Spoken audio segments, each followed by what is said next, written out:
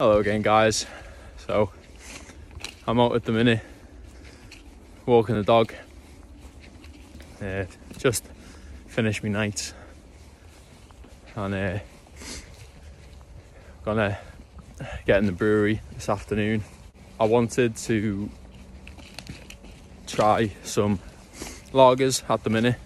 I've got like 4 kegs full, so whilst I'm making my way through them, I figured it's probably a good time to make some lagers because, well, they'll be sat in there for a while, which would only do them some good anyway. So the first one is actually just going to be a Voss Kveik Lager, and then the other one I'm going to try and remake my maize. I wanted it to be 6% and it came out at 5 when I did it last time, so yeah, I'm going to see if I can actually hit my numbers this time, adjust my mash efficiency properly and see if I can get it to where it should have been the first time.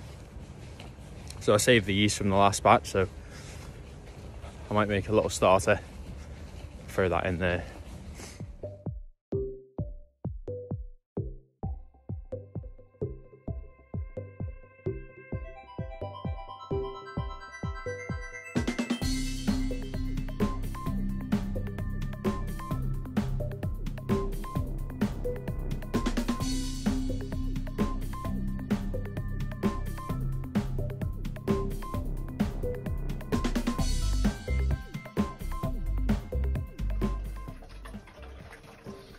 So just a little catch up on where we're up to. Finished the boil, let it settle for a short while just to let all the proteins settle at the bottom.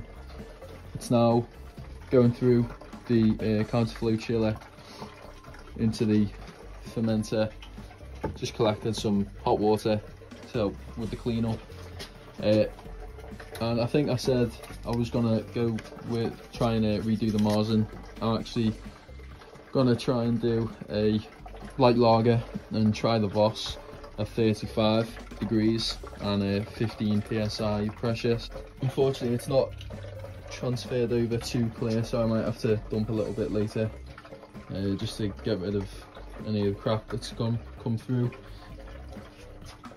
Yeah, we'll see how it goes. An interesting little experiment, so hopefully that should be ready in a week or so, and I'll give you a little tasting video and show you what it looks like in a week. Been in there for a week now. It's the 27th of December. So what's happening now is I've just turned on the glycol chiller, just waiting for that to come down a few more degrees, and then I've got this set to 4 degrees. So I'll let that cold crash for a couple of days now, and I'm just about to dump some chub from the bottom just as I'm about to begin my cold crash. So I've dumped a bit, but I think because of the heat it's not compacted very well at the bottom, so the beer pretty much came out fairly quickly. As you can see, it's still solid in there. So what I think I'll do is I'll leave it to cold crash for a day and then try dump some again. So it's the following day, we're now sat at 3 degrees, and due to the, obviously the beer inside condensing due to the drop in temperature, we have now lost quite a bit of pressure. That was on 15 and now, well, I'll call that 8 psi. So I've just sanitized the bottom, got a small mason jar out just to collect the yeast, and I'll be storing it in there, and I just need to get a label on it and then I can save that for next time.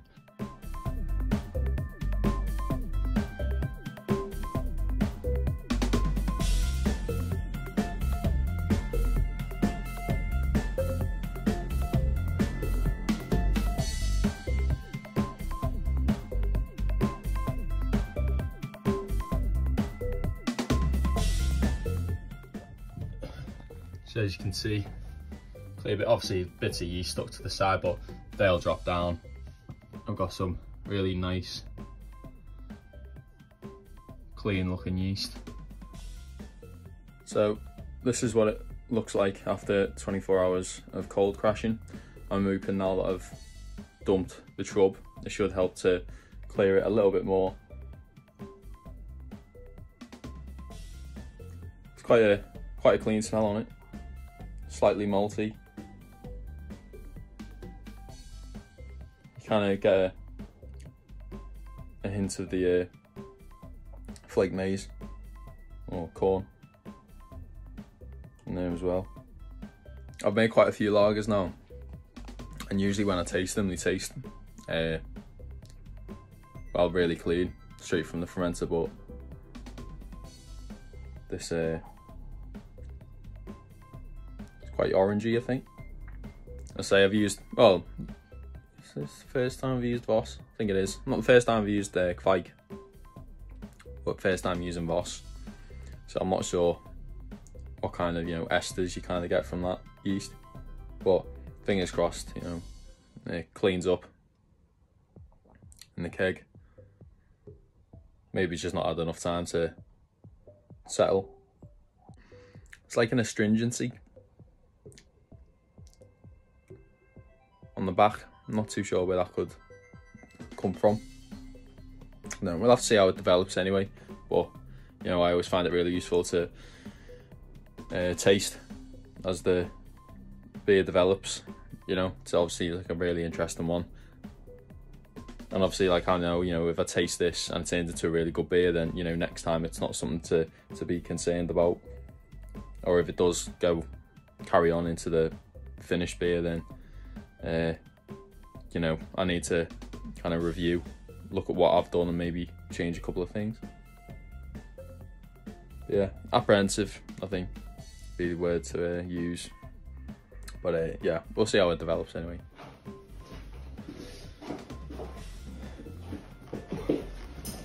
So here we are, about 3 weeks after Brewday. So took about 3 or 4 days to fully ferment, and then it's been cold crashing for maybe just over 2 weeks. So I stuck it in the keg about 2 days ago, and this is what it's looking like at the minute. Not fantastic clarity. I would have hoped it might have cleared up a little bit more, but maybe I've just not given it enough time in the keg. So start off with the aroma.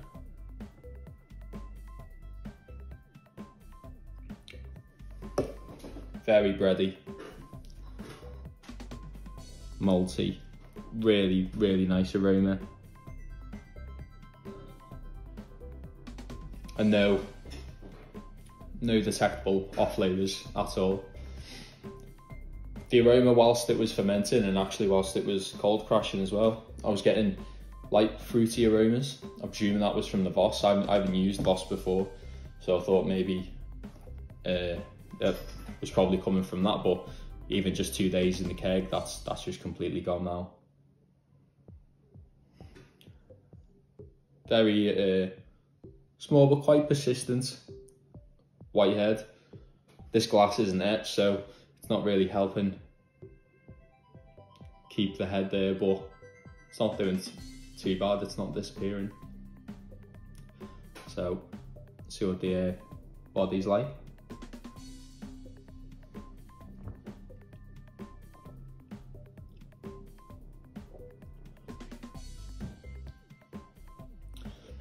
Say like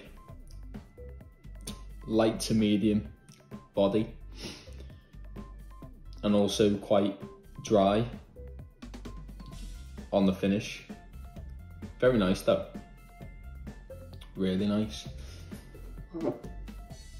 Say like medium carbonation as well. You definitely feel it on your tongue, but it's not, there's none of that kind of burning from the CO2 that you can sometimes get.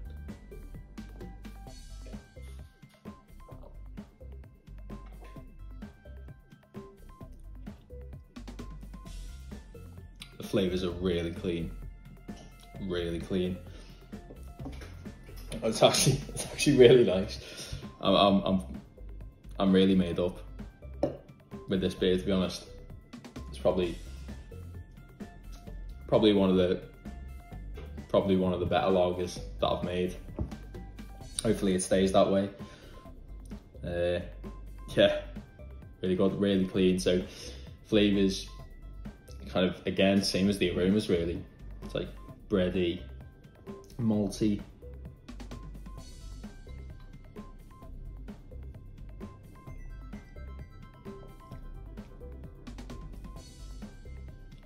Yeah, and that's it. Just very, very clean.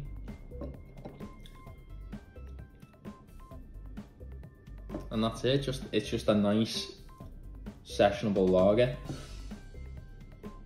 I can't remember what the ABV now was. I think it was 4.9.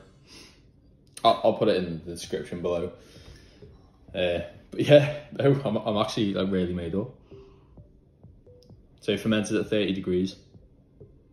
Cold crashed it at 4 degrees.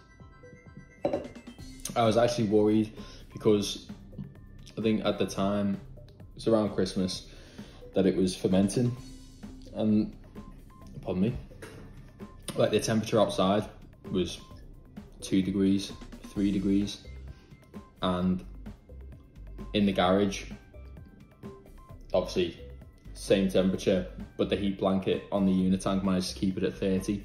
I did want to do it at 35, but 30 was the highest I could get, and I couldn't do a diacetyl rest. So I was kind of worried that that'd have an effect, but it hasn't. It's surpassed my expectations. It's amazing. So yeah, thanks for watching the video, guys. If you've got any questions about this beer, about the processes that I've done, leave a comment down below, or go to my Instagram page at horizon.brewing and send me a message on there. But thank you for watching. Please like and subscribe, and I'll catch you next time. Cheers.